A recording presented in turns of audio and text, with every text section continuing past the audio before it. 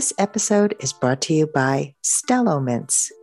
As a dating and relationship coach, I see how anxiety and stress can sometimes sabotage people's success in their romantic lives. If you have been feeling more anxious lately, that's exactly what Stello Mints were made for. Powered by CBD, Stello Mints are a fast and simple way to feel more calm and clear-minded throughout your day, and especially before a date with someone you like. They come in 3 bold flavors: peppermint, lemon, and matcha. I got the lemon and they are delicious. And now for a limited time, you can get a free sample of Stello Mints. Just go to stellomints.com and use the code LASTFIRSTDATE, all one word, and your order is going to be converted to a free sample. That's Stello, Stello, Mints. Coupon code LASTFIRSTDATE, all one word, for a free sample. And now back to the podcast. Hi, everybody. I'm Sandy Weiner, and welcome back to Last First Date Radio, where we believe it is never too late to go on your last first date. And if you want some support on your journey to lasting love, I wrote a book just for you, and it's called Becoming a Woman of Value: How to Thrive in Life and Love. It's filled with 30 tips and stories and exercises designed to help you step more fully into your value, and you can find it on Amazon for Kindle or paperback. And this week's tip from the book is step 3, be playful. It is something we forget about very often when we're living our life and we're so serious and we're trying to date, and then we bring this seriousness to dating. And it's one of the most off-putting things when you're going on a date and you can't just let loose, be present, and be playful. So my challenge to you this week is to really look for ways that you can be more playful in your life, whether it's in your dating life or your regular life. Just laugh and have fun. Life is too short. Before I bring Bill on, I'm inviting you, if you're not already a member, to join our Facebook group. It's called Your Last First Date. And this is a really highly moderated group, as opposed to most groups that are out there for single women over 40. It is a group where we're interested in positive growth. I have moderators who moderate the group every single day, and we have really engaging posts. And so this is a unique place for you to go on your last first date, so join us there. Bill is the author of The Girl with the Green Lipstick. He is an adventurer, an NPR radio host. He's an entrepreneur, a nonprofit board member, and a novelist. And he was a partner with the management consulting firm of McKinsey Co. before taking a senior marketing role with MasterCard in Australia for 4 years. And then he retired. He's also the proud father of a fabulous daughter and the grandfather of 2 wonderful grandchildren. Welcome to the show, Bill. Thanks, Sandy. It's a real pleasure to be here. And what an introduction. Holy cow. I don't even recognize that guy. Well, it's impressive. And I was very intrigued by the title of your book, The Girl with the Green Lipstick. I think just the whole idea of you falling for a woman who was toxic, emotionally dangerous. And just tell us a little bit about the background and what motivated you to write the book. Well, the background really is I was married for 17 years, together for 18 to the love of my life, my wife, Carol. And in 2014, in June, Friday the 13th, she died of ovarian cancer after a long 3.5-year struggle trying to defeat it. It is one of those diseases that is fairly extreme in taking victims. That is, there's not much of a survival rate. So at any rate, for 16 months after that, I continued to wear my wedding band because I felt married. I still felt married. Unlike divorce, and I've been divorced once, where, you sort of want to be out when your spouse dies of a dread disease, and your job one is to keep them alive until your job one is to try to keep them comfortable. you don't want to be out of that relationship. You really are trying your hardest to make it sustain. At any rate, so I wore my wedding band, and the wife of a friend of mine in the community I live here in Santa Fe said, "You need to get out there. You need to be dating. You need to find a woman." And in the last 5 weeks, when Carol was quite terminally ill, we had a lot of time to say things to each other that were important. And she said to me, "Look, when I'm gone, I don't expect you to burn a candle in front of my picture every night. You're a healthy, normal male. You're fit. I want you to have another relationship." And I said, "Well, thank you. That's a gift, but I don't even want to think about that right now. I just, I can't even put my mind anywhere near that." So after 16 months, it felt right. I took my wedding band off. I joined an online dating site. And the first woman I met was the girl with the green lipstick. And she was fun, lively, sexy. Did I mention sexy? And very attractive. And she sort of played hard to get for several months. And then we got together again, and she told me she needed a job. And I said, "Well, I happen to have a retail store that needs a manager. I'll hire you." And I did.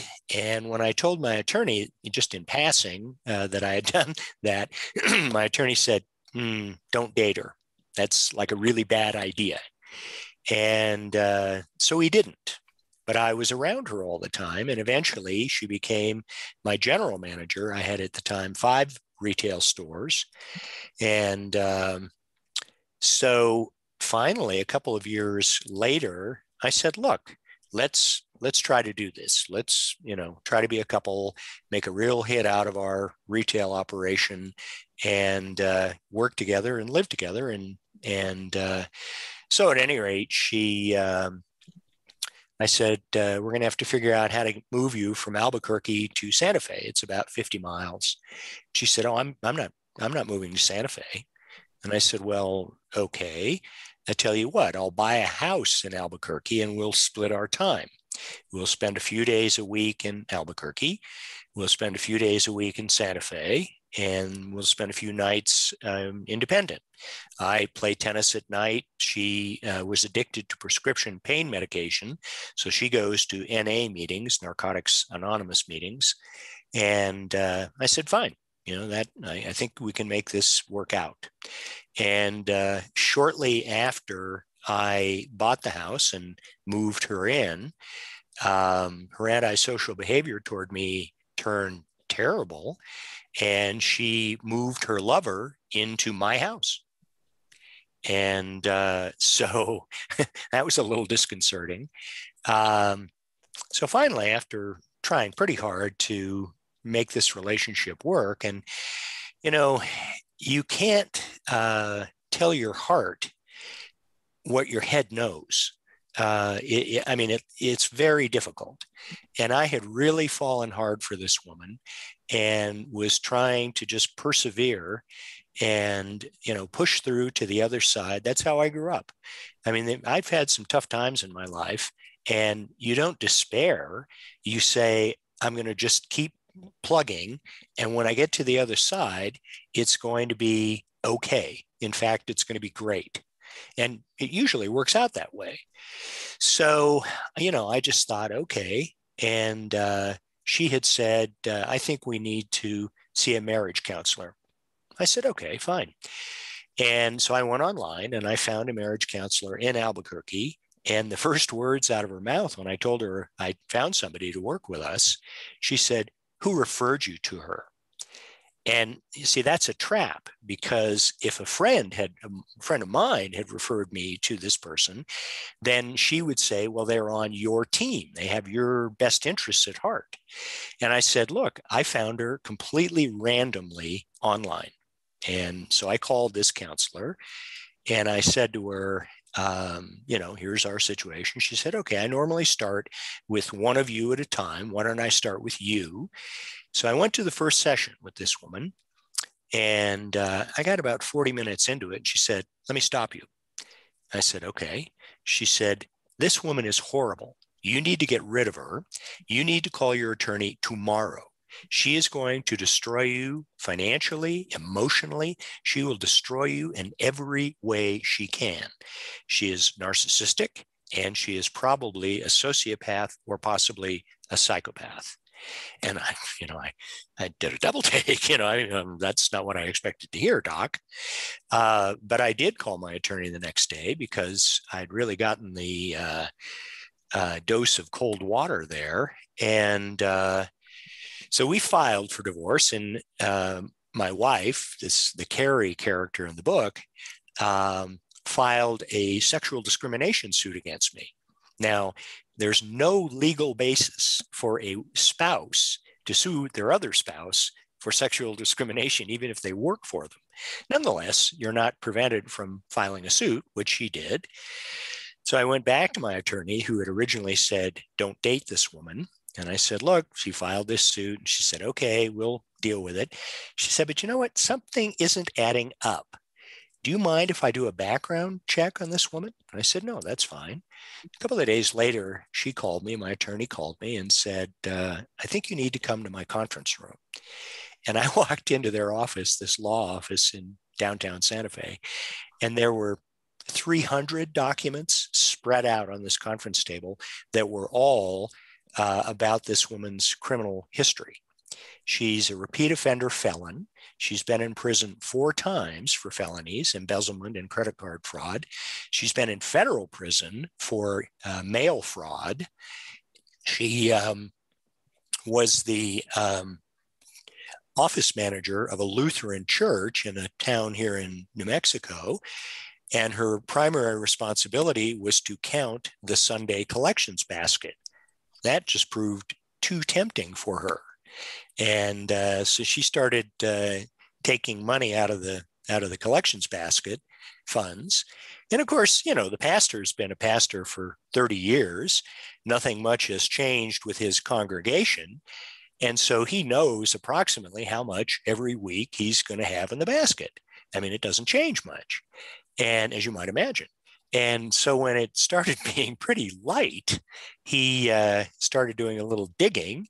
And sure as heck, this woman got convicted of 2 more felonies, spent 1.5 years in the co-ed penitentiary here in New Mexico, and got out, married a guy, and who was 17 years her junior. And she decided she didn't like that arrangement. So she left him, didn't divorce him, but left him and moved to Albuquerque. And she neglected to tell the court that she was moving. And when her probation officer found out, they sent her back to prison for 60 days to remind her who makes the rules. And then I met her. I met her about 2 weeks after she got out of prison. Wow. And then the rest of it is the story I just began to tell you. Yeah, that's an amazing story. There's so many things that it's easy to understand. So I have empathy for you. I do. I know that when you're in a vulnerable state, you can do things that you would never do if you were in a good place. That you're not thinking rationally, you believe people, you're also a person who trusts easily. And I see this very commonly with my clients who have gotten into relationships like this, where, you're especially when you're widowed. I have a client right now who's widowed about 2 years, I think, and she's having such a hard time even thinking about moving on, but she hired me because she wants love again and doesn't really trust herself to be able to make these choices on her own. And I think we often can't. We fall into relationships, maybe not at this extreme level, and you didn't know all this, obviously, until you had the background check done. But people like this are charming. They pull in people who are vulnerable. They prey on people who are kind and not suspicious, and so Generous, and are willing to be giving. And yes, as I say, I had a kind of a hard scrabble life growing up, and so you learn to persevere. You learn to work through adversity. And let me say three things about what you just commented on. One, you're probably familiar with a thing called the Stockholm syndrome, mm-hmm. where captives fall in love with their captors. And I call that in the book the Carey effect, because I simply couldn't explain otherwise why. I mean, one of my counselors, I had two that I was working with, in the marriage counselor and somebody else, said to me, "Why do you put up with this from your wife? She's not making an effort at all to try to keep this marriage going." And I said, Doc, I really can't explain that. And I referred to the Stockholm syndrome, just saying, she's got me, she's captured me, and I don't know what to say about that. The second thing I would say is, when I got divorced from my first wife, the mother of my daughter, I worked with a counselor 3 days a week, and he said, "There's only one thing we owe to ourselves." And I said, "What's that?" He said, "Complete honesty." And I said, "Wow." He said, "You're not an authentic person if you can't be honest with yourself." And during this whole period of my relationship with the Carey character, I was suspending my disbelief and not being honest with myself, and couldn't really, until I got slapped in a metaphorical way by my marriage counselor, finally woke up and said, "Holy cow, this really is bad if you look at it objectively." The third thing I would say is, and I'll refer to the old movie, The Big Chill, and the Kevin Kline character and the Jeff Goldblum character having a conversation about what is the most important element of the human condition. And the Kline character says, "That's easy, sex." And the Goldblum character says, "No, rationalization." The Kline character looks at him and says, "What do you mean?" And the Goldblum character says, "Have you ever gone a week without a rationalization?" And so I was rationalizing my relationship and the things that were happening. I mean, imagine the morning after we got married, she slapped me and said, "Marcus," the Marcus character in the book, "has always been more emotionally responsive to my needs than you ever were." I mean, we got married the day before. And I said, "Wow, maybe you should have married Marcos." Now, he's about 15 years her junior. He's a Mexican national. He's a handyman. And when I divorced her and forced them to leave my house, my next door neighbor came over. I had barely met her, and she said, "Are you the husband?" And I said, "Well, I'm the ex-husband, but I'm the current owner of this house." And she said, "Well, I'm confused. There's been another man living here for several months." And I said, "Well, yeah." And she said, "He came over and borrowed a ladder and went up and did something on the roof." Well, what we found were two 50-cent piece sized holes in the roof, which maximized water flow to the roof deck and the ceiling below. And so I had ceiling damage and black mold in this house that I had to have repaired. And then I sold the house, and I said, to the buyer, I said, there was only one fixture. She got all the furniture, but there was only one fixture she wanted, and it was in the master bedroom. It was a ceiling fan with a light. So I said, "Do me a favor, just check the new one that was installed by the boyfriend, because I don't know that he's a qualified electrician, and I want to make sure it's okay." So my buyer got on a ladder, took the base plate off the ceiling fan, and found an incendiary device. And the only reason it didn't burn the house down is because one wire somehow became disconnected when they were putting the base plate back on. And so, the antisocial behavior, I mean, the first thought was we're going to just damage the roof and the ceiling and everything else. And that wasn't quite enough for her. And so they put this bomb, if you will, in a ceiling fan. And if I'd thrown a switch to turn it on and it was connected, it would have burned the house down. Oh my God. I understand rationalizing too. I think we do it in both directions. We can be so optimistic about somebody that we only see the good, and we can also look at people and only see the bad. That's right. And so we have to find that happy medium. So I'm curious, how you went to therapy, how did you recover from this complete mess? I mean, it's almost like, I imagine there was so much emotional damage that, your trust was ruined. How do you trust again? How do you ever date again? How did you heal? Well, and I'm still healing, I would say. But there are a couple of things. One is to go back to what George DeLeon, the counselor in New York that I worked with, and be totally honest with yourself. Really say, here's what's actually happening. And that's important. And it's hard to do. The other thing is I read quite a bit. There are a series of books by a guy whose last name is Tudor, Tudor, who is a diagnosed narcissist. And he's written several books about narcissistic behavior. One is called Evil, and another is called Zero Contact. And I started reading at the recommendation of a counselor that I was working with, the book entitled Evil. And I started shaking. I just couldn't believe how spot on what this fellow was describing is what this woman that I'd been with had been doing. And what you have to realize is what you thought you loved is a fiction. It doesn't exist. Her emotional response to you is invented. Right. And so you can't love that. I mean, that's a chimera.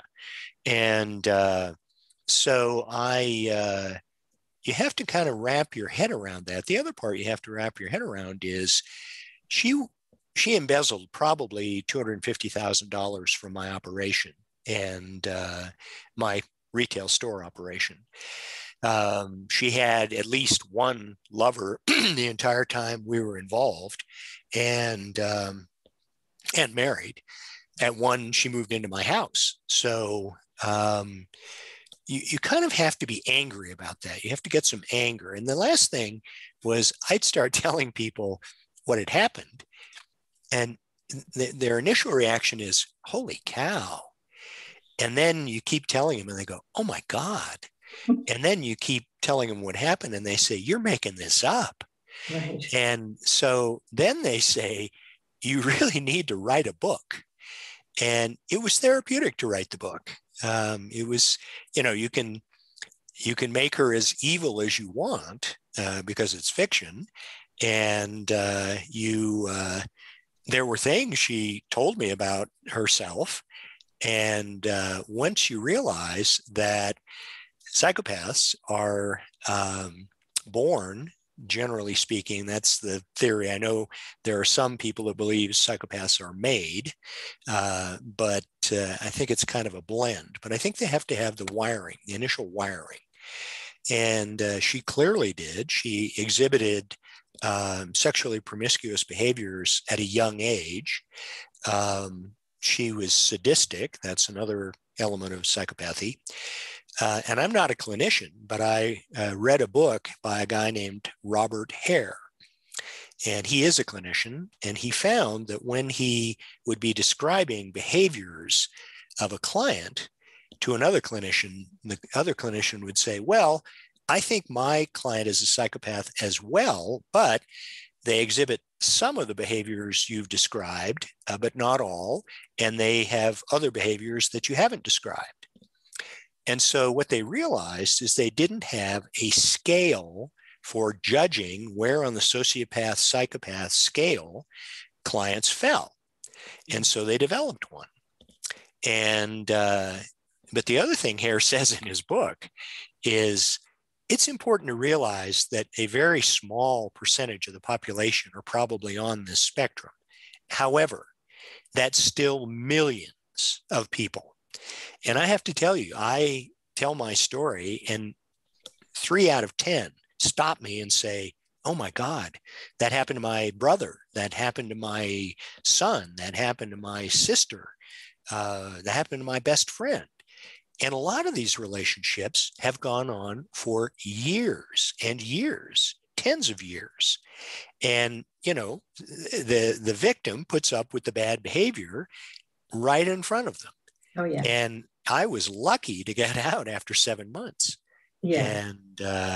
And as I say, I'm still healing, but I will never, ever trust an online dating site ever again. In fact, I'm working with a matchmaker here in Santa Fe. She's quite capable and has introduced me to some very nice gals. And so I'm hopeful. Oh, good.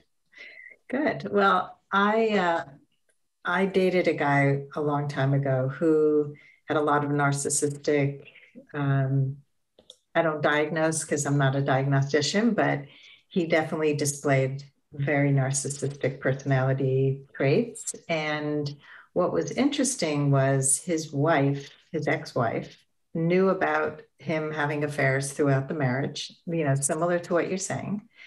And I got to know her because she was friends with a friend of mine. And she was still in love with him. She would have taken him back in a minute, even though he treated her poorly. And I was able to see who he was really quickly because I've been doing this a long time.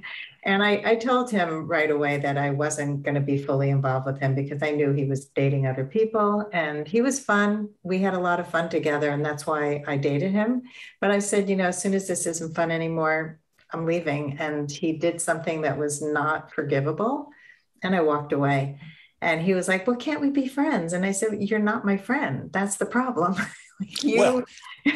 So this book, right. So this book, Zero Contact by this fellow Tudor says, if you want to be free and be real, you have to have no contact whatsoever with that person who is a narcissist because they will find a way to. So this gal had a son who also worked for me. He was going to the University of New Mexico in Albuquerque. And she said, well, I mean, we can be divorced, but you can still be friends with my son. And I said, no, I can't. Because you would find a way to work through him to get to me. Yeah. And so I'm going to break it off with both of you. I mean, I used to play golf with the kid. He's a nice kid. Mm-hmm. I mean, sort of. I suspect he had something to do with his mother's criminal behavior. I don't know that. But it would be hard for him not to, given that they both worked for me. But nonetheless, the point of trying to be friends with a narcissist after you have decided you're not going to date them is you cannot possibly have any contact with them. Yeah. And what's amazing to me is there's another thing, and these people are bad because they thrive on it. It's called fuel, and they need it. They need to walk on the edge. She needed to be addicted to prescription pain medication and enjoy the fiction that she was not addicted, that she was over it. And she had 2 supposedly legal prescriptions for opioids. And I know she was getting more from her friends at NA. And basically the way she worked was guys like me were the people who provided her money, and young guys who were kind of thugs from NA were the guys she used for sex. And so it's a kind of a lethal combination there, but she needs that. That's how she lives. Yeah. She was so incensed that I managed to get her out of my house. I had to pay her some money. It's a contract. Marriage is a contract. And I had, in a sign of good faith, put her name on the deed shortly after I bought the house. And I said, I'm doing this and it's a gift to you because it's worth half the house, basically. And I want you to know that I'm serious about our relationship. And then, of course, she promptly installed her lover in my house. But when I forced them out of the house, she was so angry about that she decided she was going to destroy it one way or another, either water damage or fire, or I think if she'd been able to, put open the gas vent and, I light a match or something and blow the house up, she would have done that too. It was such an affront to her, the way she believed she should be able to live. And so let me tell you a little bit about the green lipstick. Yeah, tell me about the green lipstick. And before you do, I'm just curious how much of the book was true and how much was fiction. Well, so clearly, so here's the thing about having an extensive criminal record. There are a lot of things in the public domain when you have that kind of a record that you just can't imagine. The kind of stuff that gets described about you and your background and your history and everything else. So I had quite a bit of material from the background check. However, there were things that she had told me that once I understood how psychopaths behave, I could kind of expand on, even though I don't know them to be true. So the early years, what she had told me at one point was that she had been propositioned by the father of her first serious boyfriend. That is, I believe, the first boy she ever had sex with. The dad propositioned her. Now, I don't know that she actually took money for sex, but a psychopath might. And so I kind of wove that out of something she had told me. I knew some things about her relationship with her brother, the one that her parents had naturally after she had been adopted about a year later. And she had been angry and sadistic toward him because the parents really showed a preference for him. I mean, I don't know how much, but at any rate, so that was all invented as well. The parts about my relationship with the Terry character and the parts about my relationship with the Carrie character up to our divorce are largely true. The prison sequences are invented, but I got to tell you, if you read the papers in New Mexico, the prison gangs are significant in this state. And so I have to believe that this kind of thing goes on, particularly for an attractive, blonde, blue-eyed gal who is unlike what most of the inmates there look like. And and then the Daisy character, a lot of that happened, but not to me. She is a real person. And someone she was involved with, she did take a sledgehammer and knock the heck out of a car with it because she was upset. So I would say roughly about half the book is true, largely true, and about half is invented. Let's take a quick break to hear from our sponsors. This episode is brought to you by Amazon Music Unlimited. You can listen to over 70 million songs and thousands of playlists and stations. Plus, you can now stream your favorite podcasts like Last First Date Radio. You can listen to any song, anytime, anywhere, on any of your devices, your smartphone, your tablet, your PC or Mac, Fire TV, and any Alexa-enabled devices like the Amazon Echo. Get Amazon Music Unlimited for free for 30 days. Just head on over to getamazonmusic.com/lastfirstdate to learn more and claim this offer. So the green lipstick. Yes, tell me about that. So the new owner of the house in Albuquerque has found the incendiary device. And one day I get a call from his wife and she said, "You won't believe this, but there's a box here from Ulta.com, the cosmetics place, and it's addressed to your ex-wife.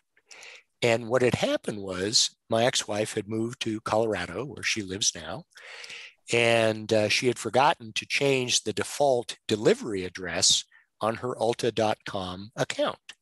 And so the box got sent to the former residence. She said, "What should I do with it?" I said, "Well, open it up. I want to make sure she's not charging my credit cards or using the store cards to buy stuff." So she opens it up. I said, "What did you find?" And she said, "Well, there's a makeup brush and there's some blush. And then there's this frog green lipstick." And I said, "What?"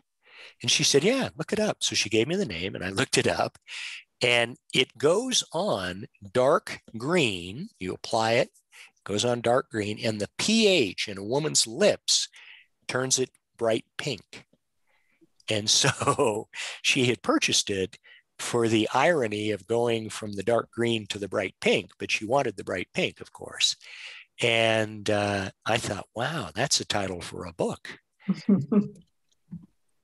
It's a good metaphor for who she was. That's exactly right. A complete chameleon, right? Looks one way, and then there's a kind of a chemical reaction, and then you realize she's a completely different person. Yeah, really interesting. It's definitely a catchy title. You're like, what's the green lipstick? So you mentioned also that you are no longer trusting online dating. And a lot of people, look, I guide people to date safely online, but you're done. You're done with it. So you believe that as you get older, it becomes a harder thing to do, it becomes riskier. What are your beliefs about online dating? Well, I really do think that it is riskier. I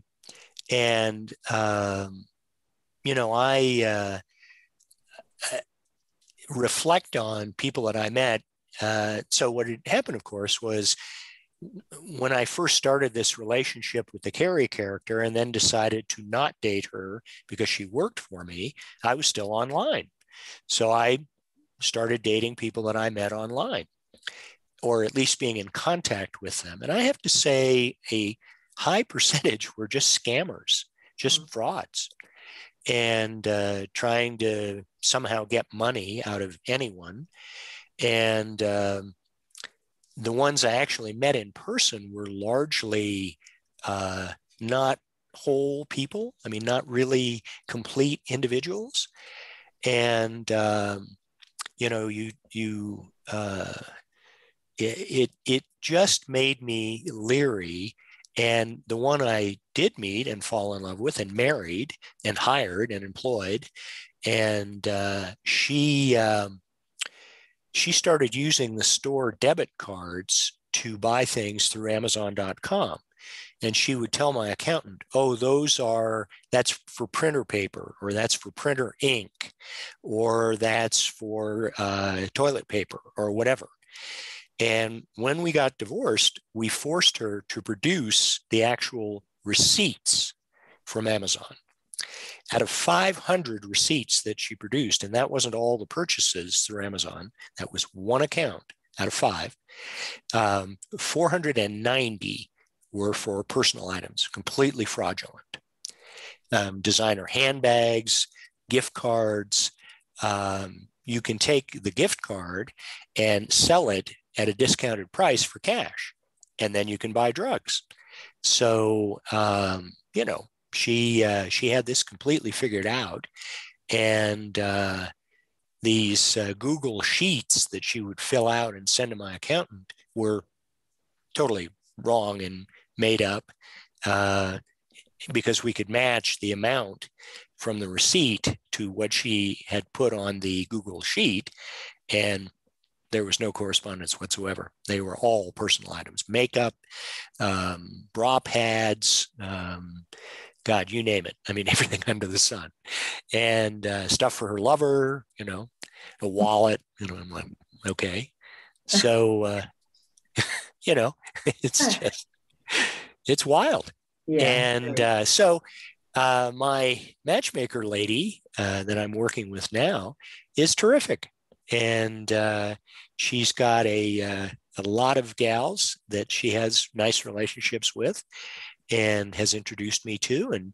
And some go, I like them. They don't really care for me. They like me, and I don't really care for them, So, it's one of those things, but it is harder. I mean, Carmen, I'm 67. And, when I got divorced from the mother of my daughter, I was single for 5 years before I met Carol, the love of my life. And I thought, well, holy cow, if it takes me another 5 years to find someone, I'm going to be 70 years old. I don't really want to go through that.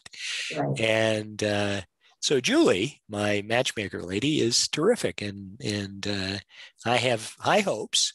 The other thing is, so my attorney and her team put together 560 pages of evidence of crimes by my ex-wife, the Carrie character. And the Albuquerque police are investigating it. And I have good reason to believe that my ex-wife will go back to prison and serve a significant amount of time. That would be helpful to all the other people. She could be doing the same thing that she did to you, too.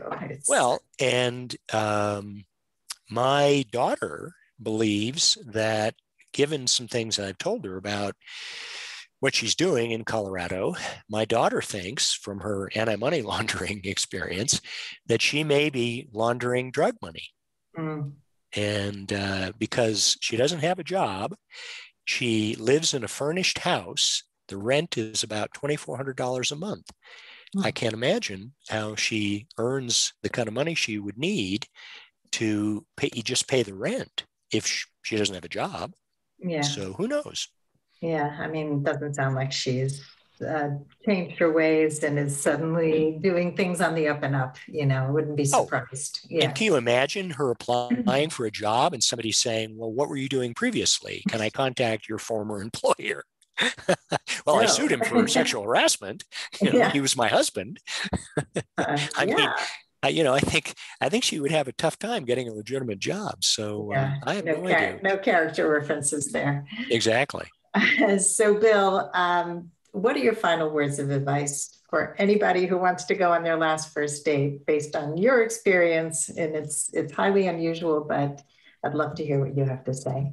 Well, don't give up. I mean, I think I would say first, don't despair that there isn't somebody out there. I really believe there is. And then I would say 2 words: background check. So before you get seriously involved with somebody, you really need to know who they are. And what I like about my matchmaker is she does all the vetting. So I don't have to worry about it. Somebody she presents to me is somebody she and I both know are a real person and a good person. And, it may or may not work out the way one would hope, but at least I know that there's not somebody else lurking in the weeds behind the facade of what I'm seeing. And it has opened my eyes. I'm not a cynic. I don't want to be cynical about relationships. And so I would say, don't give up, keep at it, keep trying, use whatever channels you are comfortable with. Online dating may work for other people. I'm personally leery of it because of my experience. But if someone else is okay with it and they have a way of assuring themselves that the person they're getting involved with is who they say they are, then go for it. I'm not saying don't do it. I'm just saying it's not for me. And so, but keep at it. I mean, keep your heart positive and keep looking. And, I live with my dog and she's great company. She doesn't laugh at many jokes, but she's a terrific friend. And so who knows? But I am hopeful that I will at some point find the person for me out there.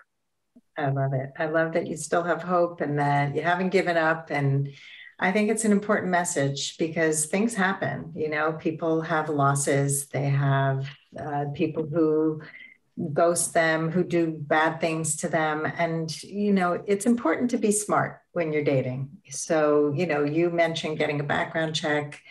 There are many, many ways that I've trained women to be smarter about how they go about dating because, you know, you don't want to trust somebody until you know them. I don't give out any private information until I know somebody is to be trusted. And I won't let somebody drive me, even though they insist, or take me on a hike when I don't know who they are. You know, it's like, it's just, there's some things that are simple, common sense. And then there are other things where you get drawn in because somebody is charming and pulls you in there. So it's really important to keep your eyes open. One of the working titles for my book that I was originally going to write was Eyes Wide Open, Legs Firmly Shut. It was like, just the minute you open those legs, you lose all sense of reason. So, oh yeah, and you know, as I say, did I mention that this gal that I got involved with was sexy? Right. And you know, she knew exactly how to push the right buttons and how to get a certain sexual. I mean, here's what I have said.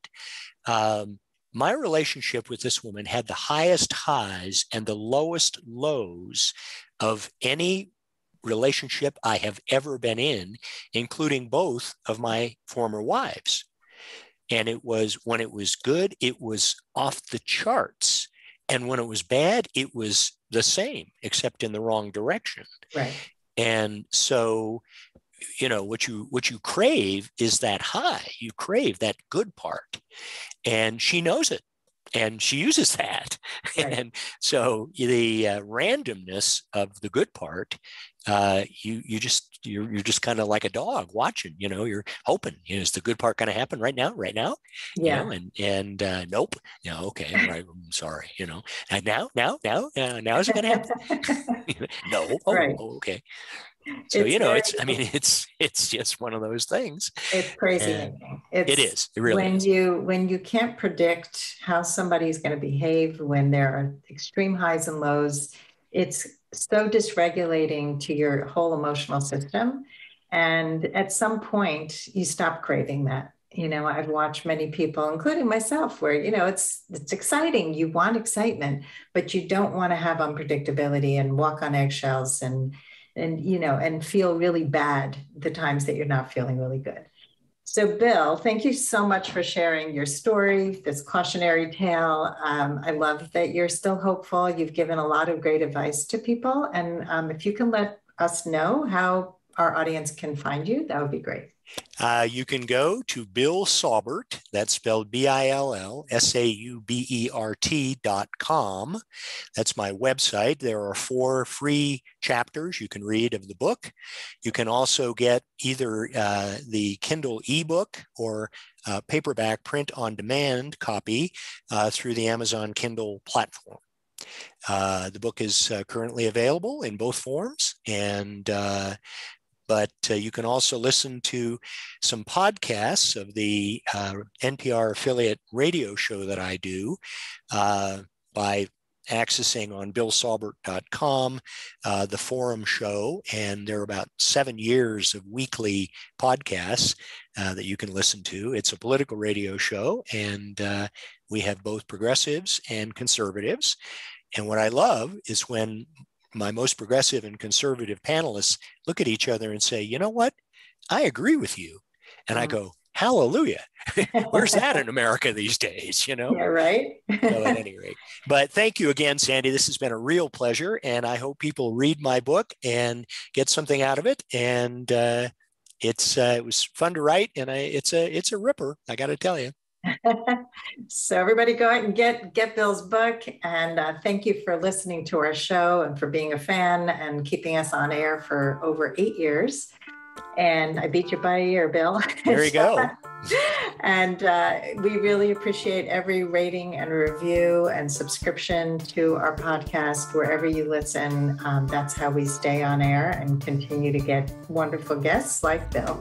So thank you so much. And we hope you go on your last first date very soon.